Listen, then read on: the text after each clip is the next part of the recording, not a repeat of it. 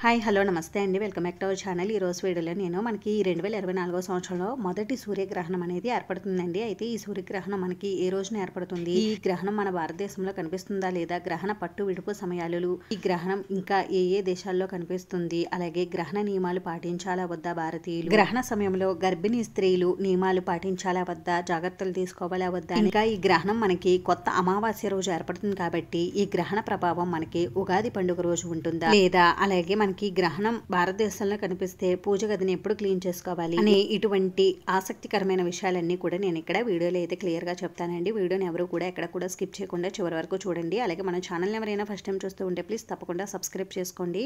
అయితే ఇప్పుడు మనం ఈ గ్రహణ పట్టు విడుపు సమయాల గురించి అయితే తెలుసుకుందామండి. మనకి ప్రతి సంవత్సరము కూడా 4 గ్రహణాలు అయితే వస్తాయండి. 2 సూర్యగ్రహణాలు, 2 చంద్రగ్రహణాలు అయితే వస్తాయండి.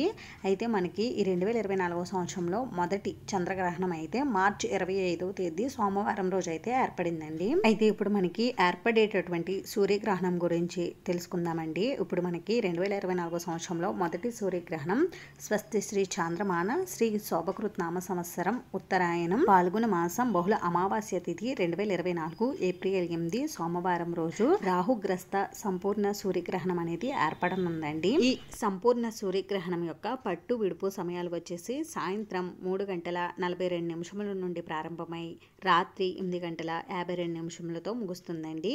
ఈ సూర్యగ్రహణం మనకి ఉత్తర అమెరికా, దక్షిణ అమెరికా, పసిఫిక్, అట్లాంటిక్, ఆర్కిటిక్ మహాసముద్రాల యందు కనిపించనున్నది. మెక్సికో, అమెరికాలో Texas, అర్మోనాస్, మిస్టోరీ, India, Los Angeles, Canada, island, Colombia, బెర్మోడా, Cuba, Greenland, France, Portugal ప్రాంతాల యందు కూడా కనిపించనున్నది. అయితే మనకి ఈ సంపూర్ణ సూర్యగ్రహణం అనేది భారతదేశంలో కనిపించడం లేదండి. ఎందుకంటే మనకి గ్రహణం రాత్రి సమయంలో ఏర్పడుతుంది కాబట్టి, మనకి రాత్రి సమయంలో సూర్యుడు కనిపించడు కాబట్టి ఈ గ్రహణం అయితే మనకి భారతదేశంలో అయితే కనిపించడం లేదండి.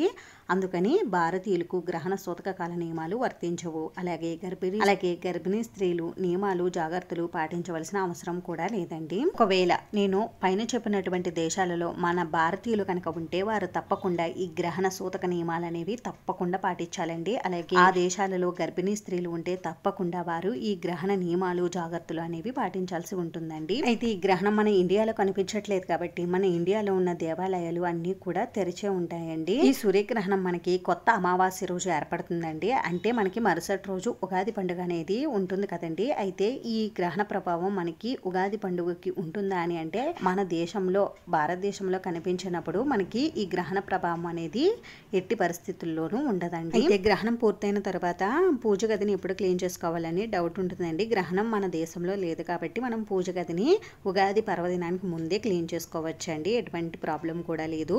నేను ఆల్రెడీ మన ఛానల్లో ఉగాది పండుగకి పూజ గదిని ఎప్పుడు క్లీన్ చేసుకోవాలని వీడియో అయితే చేసి ఛానల్లో పెట్టానండి. ఎవరికైనా ఇంట్రెస్ట్ ఉంటే లింక్ ఇస్తాను, డిస్క్రిప్షన్లో చూడండి. అయితే మనకి ఈ ఉగాది నుండే కూడా వసంత నవరాత్రులు అనేవి కూడా ప్రారంభం అవుతాయి కాబట్టి వసంత నవరాత్రులు పూజలు చేసుకోవాలనుకునేవారు ఆ రోజు నుండి అఖండ దీపం, కలశం ఇవన్నీ పెట్టుకుని అమ్మవారికి పూజ చేసుకుంటారు కాబట్టి ముందుగానే మనం పూజ గదిని అయితే క్లీన్ చేసుకోవాల్సి ఉంటుందండి. అయితే ఈ సూర్యగ్రహణం వివిధ దేశాల్లో ఏర్పడుతుంది కాబట్టి అక్కడ మన భారతీయులు ఉంటే, అక్కడ గర్భిణీ స్త్రీలు ఉంటే వారు ఎటువంటి జాగ్రత్తలు నియమాలు తీసుకోవాలి అనే విషయాలు అయితే నేను నెక్స్ట్ వీడియోలో అయితే షేర్ చేస్తానండి. అంతేనండి, చూసారు కదా. ఈ వీడియో మీకు నచ్చితే మీ ఫ్రెండ్స్కి, రిలేటివ్స్కి షేర్ చేయండి. వీడియోని చివరి వరకు చూసినందుకు చాలా థ్యాంక్స్ అండి.